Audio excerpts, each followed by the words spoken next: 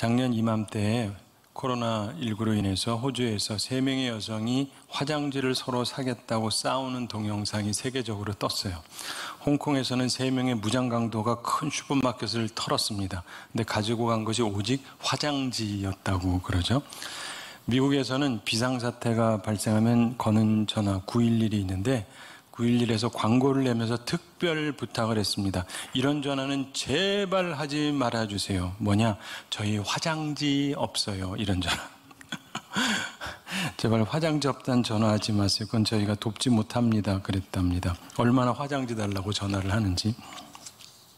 우리 지난주에 절호의 기회를 놓치고 잊혀지던 요셉을 보았습니다.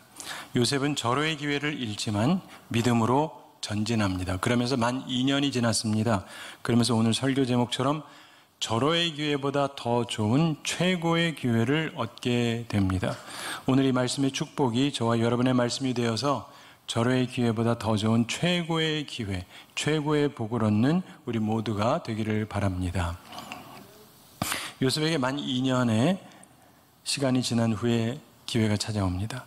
이것은 3가지 차원에서 분명히 하나님께서 만드신 기회였습니다. 그렇지만 외부적인 3가지 차원의 기회 전에 요셉의 준비가 필요했습니다. 그래서 2년이 흘렀다고 볼 수 있습니다. 1절 초반에 만 2년 후에 바로가 꿈을 꾼 줄 이렇게 얘기하죠. 자, 2년 전에 요셉 입장에서는 절호의 기회가 왔습니다. 자기 생각에는. 그러나 그는 그 기회를 잡지를 못합니다. 자신으로서는 최선을 다했지만 당시에 그가 2사람의 꿈을 해석해 주었죠. 한 사람은 좋은 꿈, 한 사람은 나쁜 꿈이었습니다. 좋은 꿈을 꾼 사람은 그대로 좋게 되고 나쁜 꿈을 꾼 사람은 그대로 나쁘게 사형당하고 죽습니다. 그런데 좋은 해석을 얻고 살아난 사람이 그를 잊었습니다. 그러면서 2년의 세월이 흘러갑니다. 하나님께서 요셉의 고난 아셨어요. 그리고 하나님께서 그때 이미 석방시키실 수 있었습니다. 그런데 또 다른 2년을 감옥에 갇힌 대로 두셨습니다. 이유가 있었을 겁니다. 뭐겠습니까? 요셉 입장에서 무슨 생각이 났을까요? 2년의 세월이 흘러가면서 어떤 생각이 났겠습니까? 만약에 나쁜 꿈을 꾼 사람을 그때 살릴 수 있었다면 이런 생각을 했을 거예요. 바로 그겁니다. 그 생각이 분명히 그에게 들었을 거예요. 하나님께서는 바로 그것을 요셉에게 원하셨던 거예요. 그는 나쁜 꿈이라 할지라도 좋은 결과를 끌어낼 수 있는 방법을 2년 동안 고민하면서 연구했을 겁니다. 바로 하나님께서 요셉에게 그것을 원하셨던 거예요. 형통한 날에는 기뻐하고 곤고한 날에는 되돌아보아라, 생각하라, 이렇게 성경은 말씀합니다. 그래서 해결책을 찾아야 되는 거예요. 만약 요셉이 그 기간 동안 불평만 하고 분노로만 지냈다면 2년 후에 그의 생애의 최대 기회가 오더라도 그 기회를 기회로 만들 수 없었을 것입니다. 물론 그에게도 그 과정 속에서 좀 불평도 있고 분노도 좀 있었을 수 있습니다. 그러나 그는 그것을 뛰어넘었어요. 믿음으로 극복했습니다. 그리고 주어진 최악의 환경에서 어떻게 하면 살아날 수 있는지를 결국 생각해 내었습니다. 바로 이 준비가 된 후에 하나님께서 바로가 꿈을 꾸게 하신 거예요. 여러분, 내가 준비되어 있어야 온전한 기회가 오는 것입니다. 나는 준비된 사람인가 생각해 보시기 바랍니다. 상대평가는 하지 마세요. 요셉만한 사람이 2년 전에도 없죠. 그러나 그걸로 충분치가 않아요. 그가 더 많은 준비가 필요했던 것입니다. 우리도 마찬가지입니다. 2년 후에 찾아온 기회가 생기는데 하나님께서 성도가 고난받도록 환난 속에 두시는 이유가 있는 거예요. 성도의 고난을 풀어주시지만 그것도 아무 때나 하는 게 아닙니다. 정하신 특수한 때에 하십니다. 요셉이 준비되기 위해서 2년이 더 필요했던 것인데 중요한 것은 그러니까 결국 나한테 달렸다는 걸 기억하셔야 돼요. 내가 준비가 되었느냐. 그런데 내가 준비가 돼도 하나님의 은총이 꼭 있어야 됩니다. 본문에서 3가지 차원의 기회가 나오죠. 첫째, 바로의 꿈입니다. 바로가 꿈을 꾸기 때문에 기회가 생기게 됩니다. 1절에 만 2년 후에 바로가 꿈을 꾼즉 이렇게 설명합니다. 그러면서 1절부터 7절에 바로의 2가지 꿈이 나옵니다. 7 암소의 꿈, 7 이삭의 꿈입니다. 살찐 7 암소를 파리한 7 암소가 잡아먹어요. 여러분, 소는 육식을 하지 않습니다. 채식을 합니다. 그러니까 이게 괴이한 꿈이죠. 그리고 충실한 7 이삭을 마른 7 이삭이 삼킵니다. 이것도 역시 말이 안 되는 얘기예요. 뭐 개꿈으로 볼 수도 있겠죠. 그런데 8절에 보면 아침에 그의 마음이 번민하여 사람을 보내어 애굽의 점술가와 현인들을 모두 불러 그들에게 그의 꿈을 말하였으나, 자, 이것을 바로에게 해석하는 자가 없었다고 성경이 설명합니다. 꿈을 꿨는데 개꿈하고 지나가도 되는데 번민하게 됩니다. 근데 그냥 지나갔다면 요셉에게 기회가 오지 않았겠죠. 둘째로 애굽 점술가와 현인 가운데 꿈 해석하는 자가 없습니다. 그래서 기회가 생기게 되는 것이죠. 8절에 아침에 그의 마음이 번민하여 사람을 보내어 애굽의 점술가와 현인들을 모두 불러 그들에게 그의 꿈을 말하였으나 그것을 바로에게 해석하는 자가 없었더라, 이렇게 말씀합니다. 사랑하는 성도들은, 이 사람들은요 꿈 푸는데 전문가들이에요. 그런데 그들이 해석하는 자가 없었다고 성경은 설명합니다. 바로 이게 두 번째 차원의 요셉을 위한 기회를 준비하시는 하나님의 손길이었습니다. 이들이 해석하는 자가 없었다는 것은 무슨 말인가? 세 가지 가능성이 있습니다. 첫째로 이들이 아예 꿈 해석을 못했을 수 있겠죠. 많이들 그렇게 생각하시는데 또 다른 게 가능해요. 두 번째, 해석을 했지만 바로의 마음에 들지 않았을 수가 있습니다. 그 세 번째, 사실은 이게 제일 가능성이 높다고 저는 보는데, 알지만 말 안 한 거예요. 피하는 거예요. 왜냐? 이게 저주거든요. 대책이 없어요. 어쨌든 하나님께서 이들의 총명을 가리셨습니다. 그래서 요셉에게 기회가 생길 수 있었던 것입니다. 그러나 바로는 요셉을 모르잖아요. 따라서 이 두 가지만으로도 부족합니다. 다른 준비가 또 필요했어요. 셋째, 술 맡은 관원장이 요셉을 기억해냅니다. 그래서 기회가 생깁니다. 9절부터 13절에 보면 드디어 술 맡은 관원장이 기억해내고 이야기를 쭉 하죠.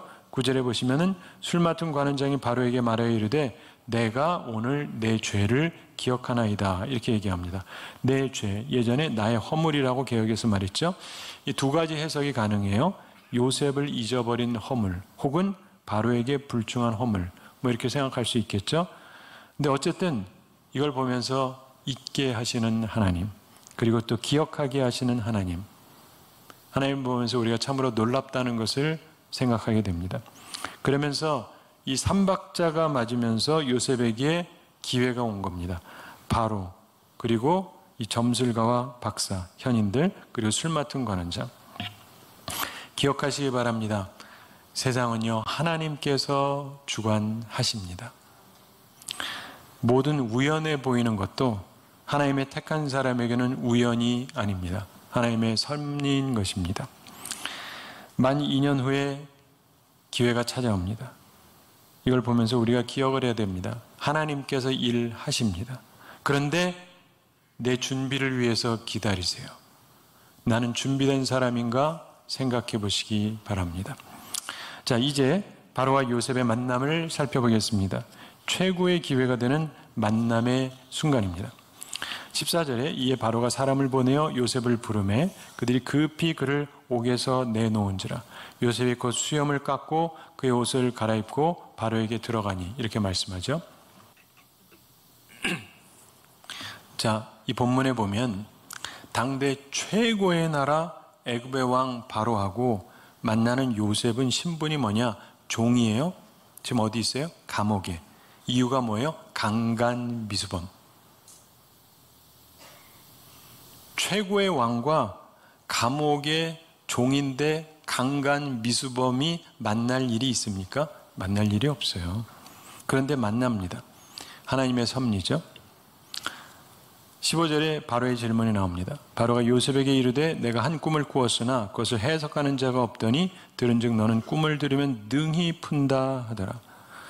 바로가 그 강간 미수범하고 만난 이유는 딱 하나예요. 명철함 때문입니다. 영어로 understanding이라고 하죠. 명철함. 상황 파악을 하는 사람이에요. 꿈을 능히 푸는 명철함. 이해와 통찰력이 탁월하다는 것 때문에 만난 거예요. 요셉이 답합니다. 16절에 요셉이 바로에게 대답하여 이르되 내가 아니라 하나님께서 바로에게 편안한 대답을 하시리이다. 여러분, 이것도 보세요. 요셉은요 항상 하나님을 생각하고 있어요. 하나님을 인식하고 있어요. 그리고 하나님께 영광을 돌립니다. 확실히 달라요. 사랑하는 성도 여러분, 때가 되면 하나님께서 우리를 건지세요. 때가 되면 기회도 주십니다. 그런데요, 이유를 깨달아야 돼요. 나를 담금질하시는 이유, 날 지금도 환난 속에 두시는 이유, 날 지금도 괴롭히시는 이유 깨닫고 발전해야 됩니다. 더 성숙해져야 되는 거예요. 그러면서 하나님의 때가 오는데 그때 주인은 하나님의 때와 하나님의 방법이 최선이고 최고입니다. 내 때, 내 방법은 결코 최선이 아니에요. 요셉이 바라던 건 그저 자유의 몸 하나였죠. 그러나 하나님은 그보다 훨씬 더 큰 것을 계획하고 있었습니다. 그가 세상을 구원하고 세상을 다스리는 존재가 되도록 하나님께서 기회를 준비하고 계셨다는 것입니다. 절호의 기회보다 더 좋은 최고의 좋은 기회가 있습니다. 이것은 하나님께서 주시는 것입니다. 그러므로 우리가 준비되어져야 됩니다. 또한 내가 준비되어도요, 역시 하나님의 은혜가 함께 해야 됩니다. 안 그러면 기회는 주어지지 않죠. 그래서 우리가 간구하고 기도해야 됩니다. 그리고 항상 하나님께 영광을 돌려야 되는 것입니다.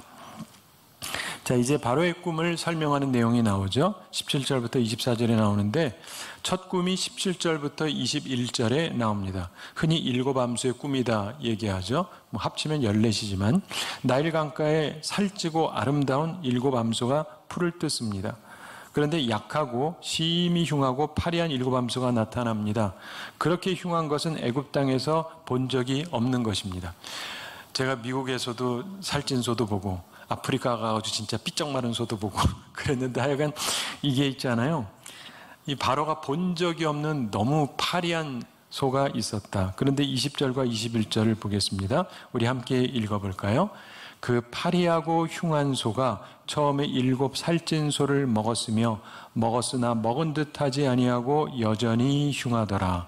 내가 곧 깨었다가. 자, 이 꿈에서 강조하는 것은요, 이렇게 흉악한 것은 애굽 땅에서 보지 못하던 것이다. 그리고 또 다른 것은 그거를 통째로 먹었는데 먹은 것 같지 않았다. 여전히 흉악했다. 그래서 이 사람이 놀래가지고 깬 거예요. 바로의 두 번째 꿈 22절부터 24절에 나옵니다. 한 줄기에 무성하고 충실한 일곱 이삭이 나옵니다. 그리고 그 후에 가늘고 동풍에 마른 일곱 이삭이 납니다. 근데 24절을 보겠습니다. 함께 읽어볼까요? 그 가는 이삭이 좋은 일곱 이삭을 삼키더라. 내가 그 꿈을 점술가에게 말하였으나 그것을 내게 풀이해 주는 자가 없느니라.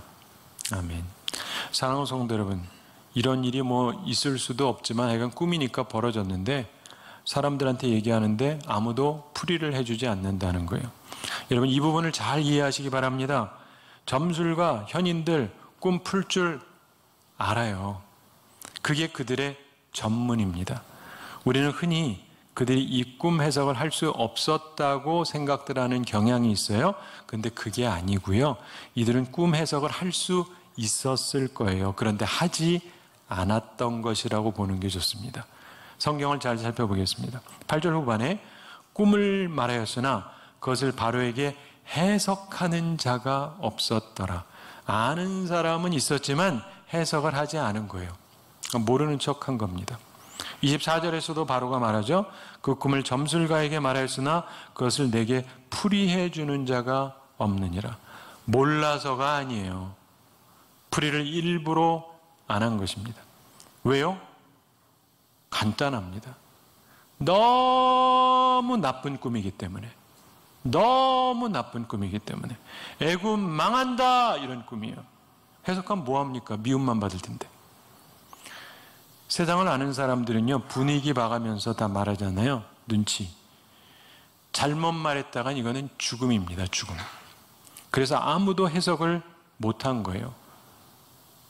모두 몰라서라기보다 결코 해석을 해서는 안 되는 정말 최악의 꿈이기 때문에 그런 것입니다. 요셉이요, 2년 전 요셉이었다면 큰일 나요. 기회가 아니에요.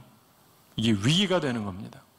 알기만 하면 뭐합니까? 그런데 요셉에게 최고의 기회가 돼요. 왜요? 앞에서 말씀드린 것처럼 그는 해결 방안까지 찾아내는 탁월한 지혜를 이제 얻었기 때문이에요. 이게 아주 중요한 것입니다. 요셉이 꿈 해석을 명쾌하게 해줍니다. 25절부터 32절에 나오죠. 바로가 꾼 꿈이 2개지만 사실은 하나라고 설명을 합니다. 7 좋은 암소와 7 좋은 이삭은 7해를 뜻한다고 설명을 하죠. 그리고 흉한 7소와 속이 빈 7 이삭도 7해의 흉년을 뜻한다고 설명을 합니다. 29절부터 31절을 한번 보겠습니다. 함께 읽어볼까요? 온 애굽 땅에 7해 큰 풍년이 있겠고 후에 7해 흉년이 들므로 애굽 땅에 있던 풍년을 다 잊어버리게 되고 이 땅이 그 기근으로 망하리니 후에 든 그 흉년이 너무 심함으로 이전 풍년을 이 땅에서 기억하지 못하게 되리이다. 아주 나쁜 꿈이에요. 32절을 보십시오. 바로께서 꿈을 2번 겹쳐 꾸신 것은 하나님이 이 일을 정하셨습니다. 하나님이 속히 행하시리이다. 이렇게 말합니다. 하나님이 정하셨습니다. 애굽은 망합니다. 확실하게 망합니다. 이야, 역시 요셉은 막힘이 없어요. 예전이나 지금이나 항상 정직해요. 좋든 나쁘든 선지자적인 사람이라서 사실대로만 얘기해요. 정치적인 사람은 상황 봐가면서 얘기하죠. 그렇죠? 7년 경제 호황 후에 7년 경제 폭망이 있으면서 완전히 폭삭 망하게 될 거다. 이런 해석입니다. 최악의 꿈이에요. 여러분, 이 세상은 얼마나 변화무쌍한지 모릅니다. 큰 풍요 뒤에 큰 기근이 올 수 있습니다. 여러분, 예전에 미국에요, 집값이 엄청나게 올라갔어요. 엄청나게 올라가니까 저희 교회도 교우들이, 집 있는 교우들이 하나만 갖고 있는 게 아니라 둘, 셋 막 사고, 어떤 사람은 30채를 사고, 그러다가 떨어지는데 무섭게 떨어져요. 우리나라도 그럴 수 있어요. 조심하세요. 그런데 이제 33절부터 36절에서 요셉이 대처 방안을 제시합니다. 놀라운 일이죠. 나쁜 꿈도 바꿀 수 있는 능력을 갖춘 것입니다. 최악의 상황도 바꿀 수 있는 지혜를 얻은 것입니다. 2년 동안 그걸 얻은 거예요. 자, 꿈에 대한 대처 방안을 제시합니다. 33절부터 36절에 나오는데, 33절에 이제 바로께서는 명철하고 지혜 있는 사람을 택하여 애굽 땅을 다스리게 하시고, 이렇게 말합니다. 여러분, 이 부분이 중요한 거예요. 좋은 조언을 해주는데, 여러분, 명철하다는 건 지금 상황 파악을 하는 거예요. 경제나 모든 부분에 지혜 있다라는 건 뭐예요? 모든 문제를 풀 수 있는 사람이에요. 우리나라 국무총리가 그랬죠. 방법만 가르쳐 준다면 좋겠습니다. 모른다 이 말이에요. 네. 근데 지혜 있는 사람이 임명이 돼야 돼요. 한 관원을 지명하라. 그렇지 않으면 이건 누구의 일도 아니기 때문에 그렇습니다. 명철하고 지혜 있는 사람을 택하여 애굽 땅을 다스리게 하시고, 이렇게 조언을 합니다. 여러분, 이거 잘 생각해 보셔야 돼. 애굽에 그때까지 관원이 없었습니까? 있죠. 다 있어요. 어느 나라나. 그런데 특별한 상황이 오기 때문에 이 특수 임무를 맡을 사람을 선정하라는 것입니다. 여러분, 많은 것이요 사람에게 달려 있어요. 그 좋은 사람 서는 게 굉장히 중요합니다. 인사가 만사다 그러잖아요. 사람이 누가 서 있느냐가 많은 것을 결정합니다. 그리고 방안을 제시합니다. 7해 풍년에 애굽 땅의 5분의 1을 거두어 각 성읍에 쌓아두라고 얘기합니다. 한 20%씩 남기라는 거죠. 풍년이 엄청날 테니까. 곡물을 비축해서 미래를 대비하라고 말해줍니다. 그러면서 그의 결론이 36절에 나옵니다. 우리 함께 읽어보겠습니다. 이와 같이 그 곡물을 이 땅에 저장하여 애굽 땅에 임할 7해 흉년에 대비하시면 땅이 이 흉년으로 말미암아 망하지 아니하리이다. 어떻게 된다고요? 대비하면 망하지 않습니다. 그 꿈에 의하면 확실히 망하는 거예요. 근데 대비하면 망하지 않습니다. 야, 완전히 바뀐 거예요. 그렇죠? 전에도 훌륭했지만 지금은 진짜 완전히 탁월한 사람이 된 거예요. 바로하고 모든 신하가 그 말을 듣고 만족하게 여깁니다. 37절에 바로와 그의 모든 신하가 이 일을 좋게 여긴지라, 이렇게 말씀합니다. 모든 신하들도 좋게 여겼어요. 이게 하나님의 감동이에요. 지혜가 있어도 하나님의 도움이 있어야 되는데 하나님께서 모든 사람들이 감동하도록 만들어 주셨습니다. 그래서 바로가 요셉을 총리로 임명을 합니다. 너와 같이 명철하고 지혜 있는 자가 없다. 너처럼 이 상황 파악을 하고 풀 방법까지 제시하는 사람이 없다. 그러면서 애굽 온 땅에 총리가 되게 한다. 그랬습니다. 42절과 43절을 보시겠습니다. 같이 읽어볼까요? 자기의 인장 반지를 빼어 요셉의 손에 끼우고 그에게 세마포 옷을 입히고 금사슬을 목에 걸고 자기에게 있는 버금술에 그를 태우매 무리가 그의 앞에서 소리 지르기를 엎드리라 하더라. 바로가 그에게 애굽 전국을 총리로 다스리게 하였더라. 아멘. 자, 왜 이렇게 합니까? 모든 것을 이 사람에게 권력을 준다라고 표시를 하지 않으면요, 영이 서질 않아요. 여러분 같으면 종이에요? 감옥에 있었어요? 강간 미수범이 갑자기 총리가 돼서 이래라 저래라 하면 듣겠습니까? 영이 안 서지. 그래서 영이 서게 하기 위해서 이런 걸 통해서 사람들에게 완벽하게 보이게 합니다. 절대적인 권력을 주는 거예요. 위임해 주는 거예요. 그러면서 하루아침에 이렇게 달라지니까 그는 바닥에서 최상으로 올라갑니다. 하나님께서 도우시니까 가능했던 거죠. 물론 그러기 위해서 명철과 지혜를 소유해야 했습니다. 온전한 준비가 되어야 했던 것입니다. 게다가 배우자까지 얻게 됩니다. 45절에 나오죠. 온의 제사장 보디베라의 딸 아스낫을 그에게 주어 아내로 삼게 하니라. 여기에 대해 여러 견해가 있지만 어찌되었든 당대 최대 여성을 하나님께서 주신 것이다, 이렇게 볼 수가 있습니다. 그가 하나님을 두려워하고 온전하게 살고 믿음으로 전진했더니 이렇게 복을 주셨습니다. 말씀을 맺습니다. 사랑하는 성도 여러분, 삶 속에 하나님께서 우리에게 고난을 주신다는 이유가 있어요. 불평하지 말고 그 시간을 통해서 명철함과 지혜를 찾으시기 바랍니다. 준비되어야 합니다. 하나님, 어떻게 해결할 수 있습니까? 제가 상황을 좀 더 정확히 이해하고 확실하게 풀 수 있게 하옵소서. 제게 명철을 주옵소서, 지혜를 주옵소서. 왕도 필요하고 모두에게 필요한 거잖아요. 솔로몬도 이것을 구했었던 것이죠. 또한 두 번째, 주님 제게 은총을 주옵소서. 준비됐다 할지라도 사용하지 아니하시면 써먹을 수가 없잖아요. 주님, 이제 제가 준비됐습니다. 저를 사용하여 주옵소서. 이렇게 말씀하실 수 있는 우리들이 되기 바랍니다. 바라기는 우리 삶 가운데 하나님의 섭리 가운데 어떤 환난이 있다 할지라도 삐뚤어지지 않는 우리들이 되기 바랍니다. 믿음으로 전진하는 우리들이 되기 바랍니다. 그래서 더 큰 지혜를 얻는 우리들이 되기를 바랍니다. 그래서 절호의 기회보다 더 좋은 최고의 기회를 얻는 우리 모두가 되기를 우리 주님의 이름으로 축원합니다.